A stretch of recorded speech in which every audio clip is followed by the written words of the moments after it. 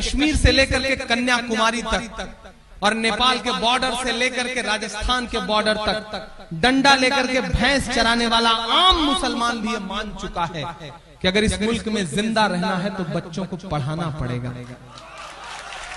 ये एहसास जागा है। दुनिया का कोई मुल्क, दुनिया का कोई सिस्टम परफेक्ट नहीं होता। मैं आपको दावत दे रहा हूं, दुनिया का कोई सिस्टम परफेक्ट नहीं होता। माइक पर खड़े होकर कितना भी कोसा जाए, कितनी भी गालियां दी जाएं, निजाम ऐसे नहीं बदलेगा। निजाम बदलना चाहते हो तो सिस्टम का हिस्सा बनो। तसव्वुर करो कि अगर एक थाने में तुम्हारे नाम का एक सिपाही आ जाता है तो थाने का निजाम बदल जाता है। जिस दिन तुम किसी जिले में कलेक्टर बन के बैठोगे, जिस दिन तुम किसी जिले में सुपरिंटेंडेंट ऑफ पुलिस बन के बैठोगे, उस दिन जिले का हाल क्या होगा। अगर इस मुल्क को सुधारना चाहते हो, अपना हक लेना चाहते हो तो ब्यूरोक्रेसी पे कब्जा करो, इसके अलावा कोई चारा नहीं है।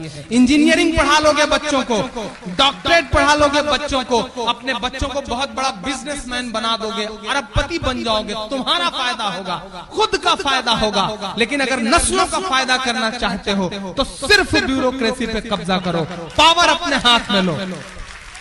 और शमीम भाई, मैं आपको भी दावत देता हूं, बहुत बड़ा काम कर रहे हैं। एक काम ये भी शुरू करिए सिविल सर्विसेज के लिए, यानी कि IAS IPS की पढ़ाई के लिए, उसकी प्रिपरेशन के लिए, कोचिंग के लिए एक फ्री इंस्टीट्यूट डालिए।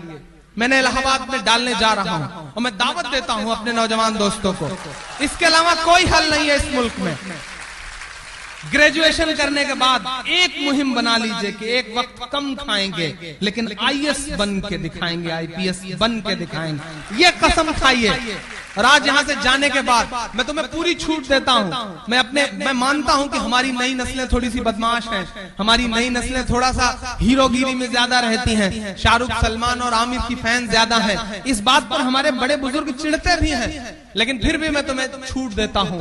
जितना चाहो मस्ती करो, जितना चाहो घूमो फिरो, जिस तरह की चाहो टी शर्ट पहनो, जीन्स पहनो, लेकिन दो चीज जिंदगी में अहद कर लो, कुछ भी करो लेकिन अजान हो तो मस्जिद का रुख कर लो, जाओ नमाज पढ़ो, उसके बाद जो करना है करो, क्योंकि नमाज हर चीज से रोकती है, हर बुराई से रोकती है। एक दिन इंशाअल्लाह तमाम बुराइयां खत्म हो जाएंगी। और दूसरी एक बात अपने दिल के अंदर बैठा लो कि नहीं, बहुत हो चुका, बहुत झेल चुके हमारे बड़े बुजुर्ग, बहुत झेल चुके हमारे पुरखे। अब इंशाअल्लाह हम पढ़ेंगे, हम सिस्टम का हिस्सा बनेंगे।